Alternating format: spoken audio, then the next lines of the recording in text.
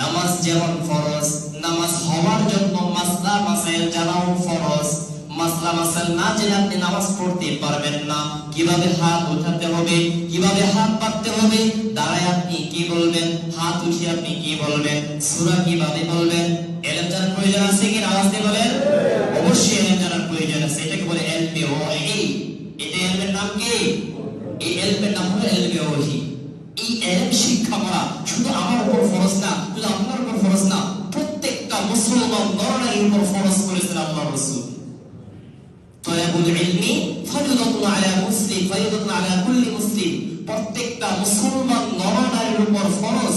যদি তুমি আদায় না করো এই ফরজ, তাহলে গুনাহগার হয়ে তুমি মৃত্যুবরণ করবা। কাল কিয়ামতের ময়দানে তোমার জবাবদিহি করতে হবে, আল্লাহর কাছে জবাবদিহি করতে হবে। তোমাকে আলেম দিয়েছিলাম, তোমার সামনে আলেম ছিল, তোমার সামনে হুজুর ছিল, শিক্ষার ব্যবস্থা ছিল।